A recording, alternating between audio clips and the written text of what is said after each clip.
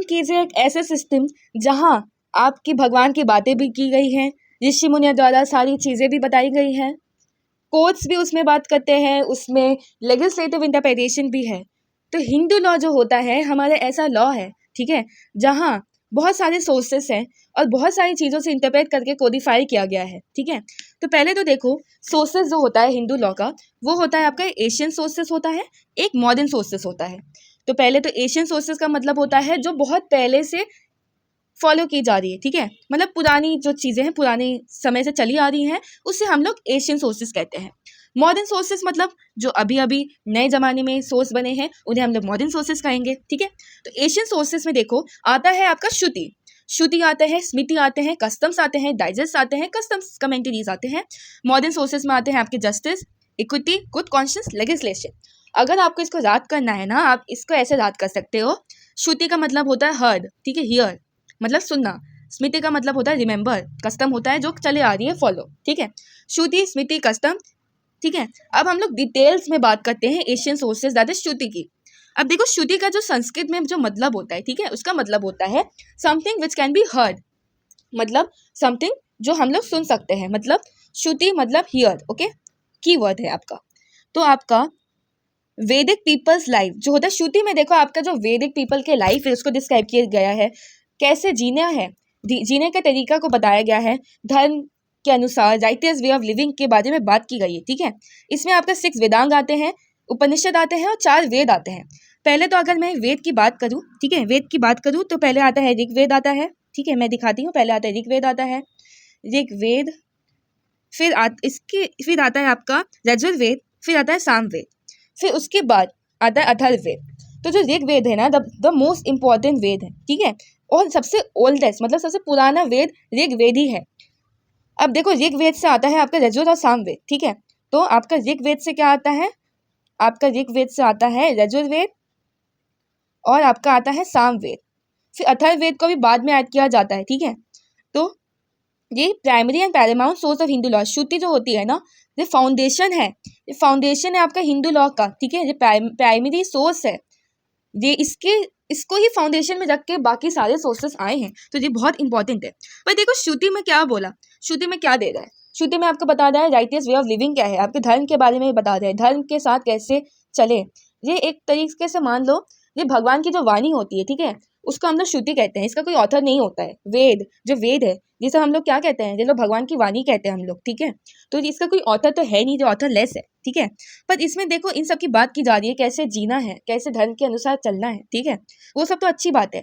पर जब आप सोसाइटी में रहते हो, ठीक है, ये एक सोसाइटी है, इधर बहुत तरीके के लोग हैं, आपको लॉ के अनुसार चलना होगा। अगर आपका कोई लॉ ही नहीं है, ठीक है, लॉ होना चाहिए, लॉ रूल्स होगा तभी ये लोग हैं ना, डिफरेंट टाइप के लिए कोएग्जिस्ट कर पाएंगे सोसाइटी में। पर हमारी श्रुति में ना कोई डिटेल लीगल रूल्स की बात की ही नहीं गई है, ठीक है, बस प्रिंसिपल्स और धर्म के बारे में बात की गई है। इसीलिए इसी शॉर्टकमिंग को पूरा करने के लिए हम लोग आते हैं स्मृतिस में। अब देखो श्रुति का मतलब था आपका हियर, ठीक है, स्मृति का मतलब होता है जो रिमेंबर होता है, ठीक है। अब मैं बताती हूँ, देखो स्मृति मतलब व्हाट इज रिमेंबर्ड, जो आपका second source of Hindu law है, और ये बॉडी ऑफ टेक्स्ट है जिनको एट्रीब्यूट किया गया है जो ऑथर ने लिखा है। इसमें हमें पता है कि ऑथर कौन है हमारा, ठीक है, इसमें हमें पता है ऑथर कौन है। याद करो श्रुति में हमें पता नहीं है ऑथर कौन है, वेद कौन लिखा है हमें नहीं पता, इसका कोई ऑथर नहीं है, पर इसमें आपको ऑथर मिलेगा, ठीक है। They are transmitted and supplemented to generation, ये ट्रांसमिट किया गया है जनरेशन टू जनरेशन। तो आपका स्मृति में आता है धर्म सूत्र आता है और धर्म शास्त्र भी आता है, ठीक है, that is pros and poetry.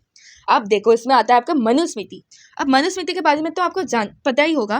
तो मनुस्मृति ना सबसे ओल्डेस्ट स्मृति होता है और ये मनु द्वारा लिखा गया है, ठीक है, जो मनु है उनके द्वारा लिखी गई है। और पहले तो ये लिखा नहीं गया है, पहले तो देखो इट वॉज नॉट रिटन, क्योंकि पहले राइटिंग वॉज नॉट इन्वेंटेड, ठीक है, वो ट्रांसमिट किया गया है ओरली, ठीक है, जनरेशन टू जनरेशन। जो स्टूडेंट्स है बाद में उसमें और कुछ ऐड किया गया है, पर ये बाद में ट्रांसमिट करके लिखा गया है, ठीक है।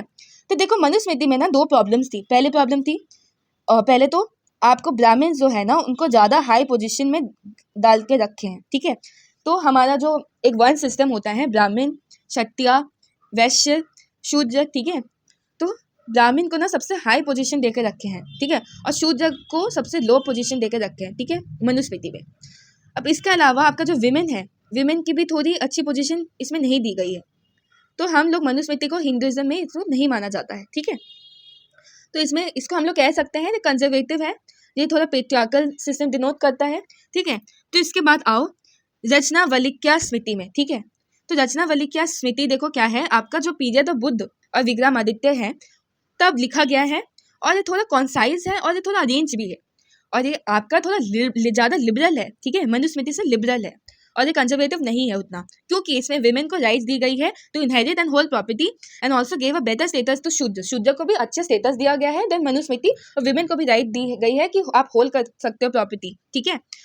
तो अब आते हैं हम लोग नारद स्मृति में। तो नारद स्मृति और प्रोग्रेसिव माना जाता है, ठीक है, बोथ स्मृति से, क्योंकि आपके स्मृति में लिखा है कि विधवा जो है रीमैरिज कर सकती है, एक औरत, एक वुमेन जिसका पति मर गया है वो फिर से शादी कर सकती है, और हमारा जो वुमेन होल्डिंग प्रॉपर्टी के बारे में बात किया गया है, ठीक है, इस स्मृति में। तो इस स्मृति में क्या है कि विमेन को बहुत राइट्स दी गई है, और पहले जैसे विडो रीमैरिज नहीं हो सकता था, इसमें बोला गया है नहीं हो सकता है, ठीक है। तो यही बात की गई है, ठीक है। अब आते हैं हम लोग कमेंट्रीज एंड डाइजेस्ट में। अब देखो कमेंट्रीज क्या होता है। कमेंट्रीज देखो, अगर आप बैरक खोलोगे, ठीक है, आप खोलो एक बैरक अपना खोलो, उसमें आपके सेक्शंस तो दिए गए हैं, सेक्शंस के अलावा क्या आपका कमेंट्रीज दिए गए हैं, एक्सप्लेन थोड़ा किया गया है, ठीक है। अब देखो कमेंट्रीज क्या होता है ना कि उसमें एक्सप्लेन किए गए हैं, ऑथर्स थोड़े एक्सप्लेन करते हैं, केस लॉ भी दिए जाते हैं, बहुत सारे कमेंट्रीज आते हैं, ठीक है। तो हिंदू लॉ में कमेंट्रीज देखो क्या होता है। पहले तो ये समझो कि जो श्रुति होती है, ठीक है, तो श्रुति में ना बहुत सारे कॉन्फ्लिक्टिंग व्यूज थे। एक तो श्रुति बोल रहा है कि विमेन को राइट्स नहीं है, ठीक है, एक श्रुति बोल रहा है विमेन को राइट्स दो, एक श्रुति बोल रहा है विमेन ये मैरिज करवा सकते हो, पर ये सब कॉन्फ्लिक्टिंग है। हमारी जो सोसाइटी है, ठीक है, हमारी जो सोसाइटी है उसमें बहुत तरीके के लोग होते हैं, ठीक है, there are a lot of people with different views. कोई सोचेगा नहीं मैं तो मनुस्मृति में चलूंगा, ठीक है, कोई सोचेगा नहीं ये तो गलत है, कोई प्रोग्रेसिव है, कोई कंजर्वेटिव है, कोई ऑर्थोडॉक्स है, कोई लिबरल है, ठीक है। तो ये क्या कर रही है, जो कॉन्फ्लिक्ट्स पैदा करेगी सोसाइटी में, ठीक है। तो इसीलिए हमारा कमेंट्रीज आए हैं और डाइजेस्ट आए हैं, तो उसको थोड़ा कोडिफाई करके लिखा गया है, ठीक है। तो देखो दयाभाग और मिताक्षरा होता है वो मोस्ट इंपॉर्टेंट कमेंट्रीज और डाइजेस्ट होते हैं, समझे, और इसमें थोड़ा लॉ कोड किया गया है, ठीक है, कोडिफाई किया गया है, इसमें थोड़े लॉज की बात की गई है। अब हम लोग आते हैं कस्टम में। अब कस्टम देखो क्या होता है, सीधी सीधी बातों में अगर आप समझना चाहते हो तो कस्टम मतलब होता है जो बहुत सालों से प्रथा बनती आ रही है, ठीक है। जैसे कि मैं आपको एग्जांपल दूं, हमारे हिंदू मैरिज में 7 फेरे की रस्म होती है, ठीक है। अब ये कस्टम हो गया, ठीक है, बहुत सालों से आ रहा है तो कस्टम हो गया। एक और एग्जाम्पल देती हूँ, जैसे कि after graduation law convocation ceremony होती है ना, जिसमें आपको पहनाया जाता है, टाई दी जाती है बाय सीनियर, तो this is just a custom, ठीक है, इसको तो कहीं लिखा नहीं गया है, पर ये जस्ट बिकॉज ये फॉलो किया जा रहा है बहुत सालों से, बहुत दिनों से, ये कस्टम बन जाता है। अब देखो कस्टम होता है ओल्डेस्ट होता है, मोस्ट इंपॉर्टेंट एशियन सोर्स होता है, ये बहुत सालों से प्रथा चली आती है, उसको हम लोग कस्टम बना देते हैं, उसको फॉलो करते हैं। और टाइप्स बहुत सारे प्रकार के कस्टम्स होते हैं। वैलिड कस्टम आपके एशियंट होना चाहिए, सर्टेन होना चाहिए, रीजनेबल होना चाहिए, कंटिन्यूस होना चाहिए, नॉट अगेंस्ट लॉ होना चाहिए, ठीक है। Courts accept custom even if it is proved and not immoral. अब देखो, अब कस्टम जो होता है, अगर मैं आपसे पूछूं कि कस्टम और लॉ में अगर कॉन्फ्लिक्ट हो जाए, ठीक है, तो कोर्ट किसको ज़्यादा प्रायोरिटी देगा, कस्टम को या लॉ को? तो कोर्ट जो है ना लॉ को ही ज़्यादा प्रायोरिटी देगा। देखो कस्टम में ऐसा होना चाहिए कि कस्टम लॉ के अगेंस्ट नहीं होना चाहिए और इमोरल नहीं होना चाहिए और नॉट अगेंस्ट पब्लिक पॉलिसी में नहीं होनी चाहिए, ठीक है।